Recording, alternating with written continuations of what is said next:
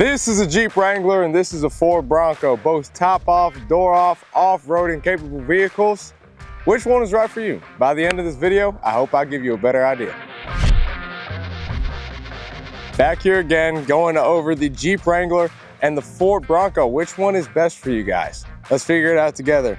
These vehicles are both gonna be insanely capable off-roading vehicles. When you think off-road, you think Jeep or you think Bronco. That's what comes to your mind, or maybe a dune buggy, I don't know. But these guys, you can take the tops off, the doors off on each one of them, and they're both gonna be sitting right around that affordable range to the right person of $60,000 for an SUV, right? Depending on trim level, of course. I know Jeep makes the 392, Bronco, you make the Raptor. Those are kind of out of the question on the price range one, but everything else is basically around that $60,000 range. But which one is right for you and what makes these two different from each other? Starting off with the Jeep. Honestly, the history behind the Jeep is crazy. Going into wars, going into everybody's granddad's story about how he drove one down a creek. It's wild. These things having a cult following, and it's really cool to learn about. I definitely need to touch up on my history on them, but you know, they are definitely the vehicle you think about when you think about, oh, I want to take something on the beach, I want to take something up a mountain, I want to rock crawl, I want to do all this stuff. It's like a Jeep pops into your mind. And then I feel like the Ford Bronco almost comes in later as an option where it's like, oh, but what if I want to be also comfortable down the road? No, what if I also want more space, right? And that's what we're going to get into with that. But starting off the Jeep. So when it comes down to the Jeep, the aftermarket experience for a Jeep is widely known. You'll see clubs and full shops around the country that specifically will work on these, right? And it's pretty wild. People do custom leather, we do custom leather. People do custom everything just for Jeeps. But the aftermarket space in regards to it is a very wide span of things. You have so many parts on this vehicle that can be taken off and replaced, just because there are already aftermarket parts that are there for it. And that's because of the history of it. It's been around for so long and it's almost got an occult following. And that's why it's so accessible to make. Honestly, whenever you do aftermarket, you make a vehicle unique. When you do a Jeep, you have the options to make it whatever the heck you want. I mean, I'm talking coming down to replacing your hood latch, replacing the little stickers and badges on the side, replacing your marker lights, you can get mirror caps with lights on the back. It's wild the amount of distance you can go to make this your own Jeep. And I think that's why so many people, like, I just came to a realization, that's probably why people have their own ducks and like put them all, it's like, oh, this is mine for my, I could offend a lot of people with this, you know? But that's why Jeep it has such that following, because of the history, and so many people love the fact that you can go to somebody's house that you've never met before and you walk up there and it's like, that's a Jeep I've never seen before. Like that's not from the dealership, but it looks like it's factory, but you did something to it. It's got a convertible top. I think they actually do that from factory now. But you know, it's got a slanted top. It's got weird fenders. It's got no fenders. You can do anything with them. And the aftermarket parts, I mean, they obviously range. We've done an AccuAir kit at like $8,000, but also they have parts that you can buy different things on this for like 50 bucks and just make it unique. And it's a wild span, and I think that's why so many people love them. Now, I will say, ride quality, rides on the road, like I had mentioned before, it's not my favorite. When you do lift a Jeep, I always recommend putting a steering stabilizer in it. There are a few aspects to it, like the tire carry on the back. You definitely want to add a bracket to that to support it so that you don't have a tire clanging up on that on the camera, on the back glass, anything like that. But it's not the most comfortable thing. That's typically not what you buy a Jeep for. You buy a Jeep for that experience of having the loud tires on the road and that rugged feel, and then being able to take that off-road and being able to handle anything, right? Because no other vehicle, even when it comes to the Bronco in some instances, can handle what a Jeep can handle, right? Now, there are definitely a lot of different options. Like I said about aftermarket, there are also a ton of options from factory for this guy. Starting off at like trim levels, you got anything from just a Jeep Wrangler to a Sport Sahara, Rubicon, and then you go into the hybrid options. Jeep does have a hybrid option called the 4XE, which is really cool gas mileage wise, because you're seeing everybody put massive wheels and tires on this and lose a ton of gas mileage. That was a complaint, and they came to fix it. That fix didn't totally fix it because it made some other little problems, but it definitely did resolve the issues of gas mileage, right? Because you're having that hybrid option, which really helps. But into the back here, so with the trim, and it doesn't come factory, it comes as a factory option, is that sky roof. That sky roof is what I was talking about when I said it's a convertible. They make a convertible Jeep option now. They had it in the aftermarket beforehand, and then Moab took over and made their own option for the convertible Jeep top, the sky roof, right? And so now you have a Jeep that beforehand you'd have to take the entire hard top roof off, or the soft top roof, you fold it back. Now they make one that is, the sky roof is almost like a hard top, and it just folds right on back, which is really cool. And it folds all the way back down to here. They also have options. You can see the roll bars in the back here. They have an option where the roof just almost follows that track of the bars in the back, and it gives you that angle, which I think is a really, really cool look for Jeeps. I love when they have it. Those are really cool options with Jeep that I don't believe actually Broncos have at all a hybrid. No, they don't. Not yet. They might come out with one, who knows. But on to the Ford Bronco. I know I hyped up the off-roading aspects of the Jeep because it truly is that off-roading. It's the one everybody thinks about, right? But don't get discouraged in thinking that this cannot go off-roading. It absolutely can. As a matter of fact, I'm sure if you look up a video, you'll find people rock crawling with like a 7-inch lift and no fenders and stuff like that. But ultimately, this vehicle is the type of vehicle that you will be more than capable of going on sand, trails, mountains. It's just like, when it comes to it, that's the one you think about for rock crawling. This is the one you think about for, all right, I can really do anything, but I still get a comfy ride, right? When it comes down to it, they've got an immaculate variety of aftermarket parts for this. They are a little bit more expensive when it comes to the aftermarket parts in general. And there really is, there's kind of less you can do with them in comparison to this guy. You can change whatever the heck you want on this vehicle. This guy, it's a little bit more limited. I mean, they are starting to come out with more and more, but the real benefits of this guy that I've noticed when working here and driving an insane amount of both of these was this guy is it's so much more comfortable. It's quieter in the cabin, a less rugged ride. It is wider, which in a sense won't help always off-roading, but this guy has more off-road capabilities because of the drive shaft, all this different stuff you can change in the suspension and steering system itself. This guy, you can change a few aspects of it, but it hasn't been tested like the Jeep has, and it's not just a standard, you know, I know how to, yeah, I bet you there's 2 million more texture Jeeps than there is for the Bronco.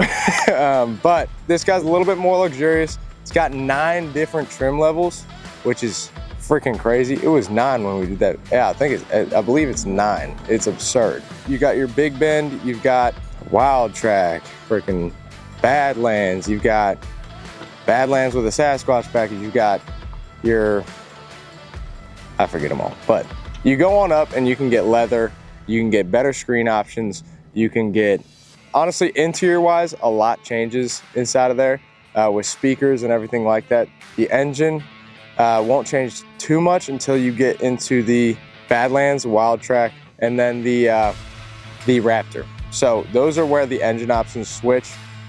This has 3 different engine options. When it comes down to it, suspension also switches with trim levels on this, which is really cool. You've got the Haas suspension takes over the Broncos. 2.0's in the Badlands, which is with the Sasquatch package. That's what gives it the 2.0. 3.0 in the Wild Track, and then 4.0 in the Raptor, right? And those Haas suspension systems are out. They're phenomenal.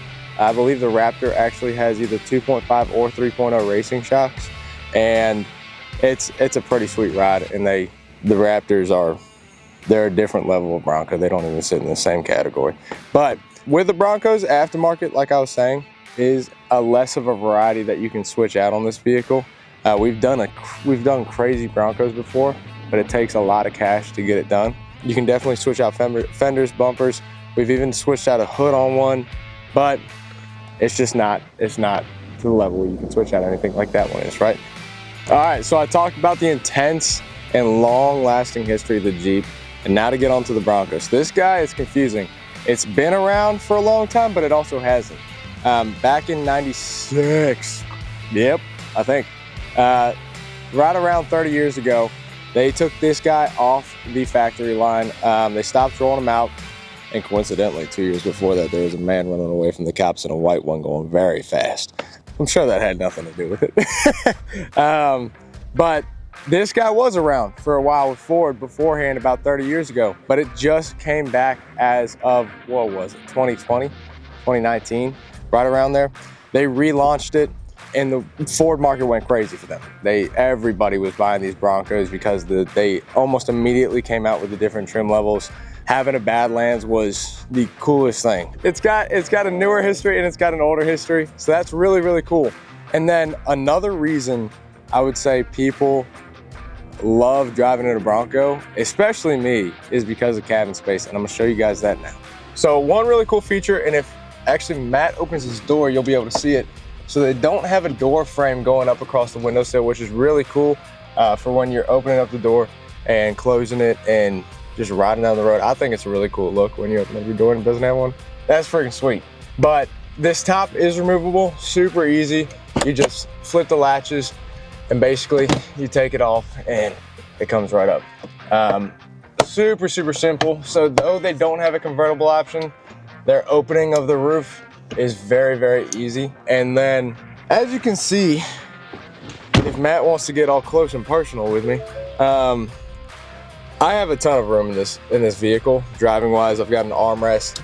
I can scoot my chair back a decent amount, and that's really useful for me. This is a perfect fit, and I don't feel crammed up. My legs don't feel like they're gonna freaking hit everything all the time. I'm 6 foot and I feel fine. I think a 6'4" person would be more than comfortable in this. And I've even seen, I mean, it's crazy, but I've seen like 6'5" people hop out of Jeeps. I'm like, how, what? But this interior, this is the Wild Track. So you got your leather, you've got a really clean interior. You can customize a lot of this. Actually, we've painted the interior of Broncos before to match the outside, which is sweet. But this does have auxiliary switches, which I don't believe the Jeep does. No, I don't think so. Well, I'll double check it, but I don't believe the Jeep does have it. If I'm wrong, we're cutting it out. And then it's a really clean interior. Your screen is massive. I love that. You've got different screen options and different display options in the Ford Bronco that definitely do not come in the Jeep. That's part of the reason people do it, is because it is an off-roading vehicle, but it's more luxurious, and it's nice riding, quieter, and more comfortable, to be honest, just driving it. I think it's a better ride. But yeah, that's your Bronco. I meant to turn it off. But that's part of the reason as to why people would choose this over a Jeep. If we want to hop in the Jeep, I'll kind of show you what I mean by this being so comfortable. All right, so we're in the Jeep. This thing's blasting too. Matt, were you hot? It's 90 degrees out here, guys. It's really hot. So, but as you can see, this is how I'm sitting right now. This is how I like to sit when I'm driving. I like to sit like this, leg out, kind of extended a little bit. If I close this door, I'm sitting like this, and if I do, I don't know, I feel like I'm gonna hit this, and I just feel cramped. I feel way too close to the windshield. Like I can touch the windshield without extending. That's a little bit too much for me. Now I can obviously back it up, but this is the furthest it backs up. And I don't know if I know going down a little bit kind of helps. And this is a nicer Jeep. As you can see, it's a Sahara, Unlimited Sahara, which gives it leather, which is really nice. The leather does look good. By the way, this is a phenomenal looking leather they did on the Jeep. But I do feel more crammed in here. Like it's just not as spacious. That's all I can say. I can still hit it even though I'm the furthest way back. And that's fine for some people who don't mind it. It takes some getting used to get used to this smaller space. Now they did upgrade the screens in 2024, which is sweet. Definitely have a bigger screen in here than you did, and it's a really nice looking screen, pretty responsive. But heads up displays and anything else like that you can get in the Ford, you won't be able to get in here. But just like the Bronco, undoing this top, is real simple. It's a few latches, and this one does have the convertible, which is wild that they started doing that. It's really cool. So like I said beforehand, this one's not made exactly to be luxurious, even though they did do a good job with the leather and the interior nowadays. I do think that this definitely is an upgrade in luxury. Spacious wise, they didn't fix that. I doubt they're going to, because that's not what you get in this vehicle to do. You get in this to do rock crawling or be a part of that Jeep history, that legendary Jeep culture, right? And so that is it for the interior of the Jeep. I am so hot right now, so I am going to go ahead and cut the video there. Now I'm gonna do an edit for you guys. I got something important to tell you. All right, guys, so in conclusion, I would say you buy a Bronco for the look of the off-roading vehicle and the capabilities. Don't get me wrong, it's definitely off-road capable, but also the quality of ride, the quietness in the cabin, and then the look of it. It's a wider cabin, it's comfy, and it looks sweet.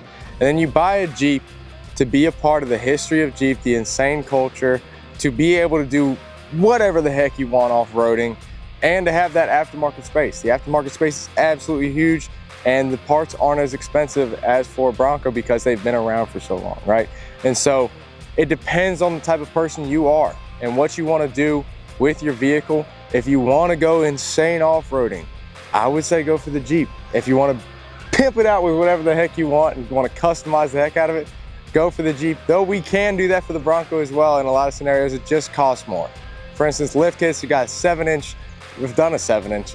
We got 3-inch. With this guy, you've got an insane amount of different options, but you can really do a lot of the stuff aftermarket the same. It's just gonna be more expensive with the Bronco typically. Yeah, it depends on the type of person you are, guys. If you want to do something crazy off-roading and you're not tall, go for the Jeep.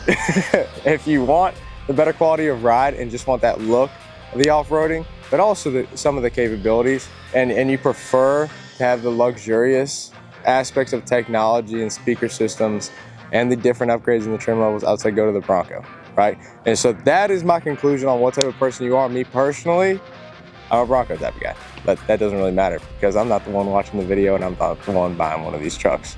If you want to buy one of these trucks, visit us at KreitzCustoms.com or give us a call at 301-694-4642. And that important message that I had for you, we are giving away a free set of wheels and tires at the end of this year to one of you guys.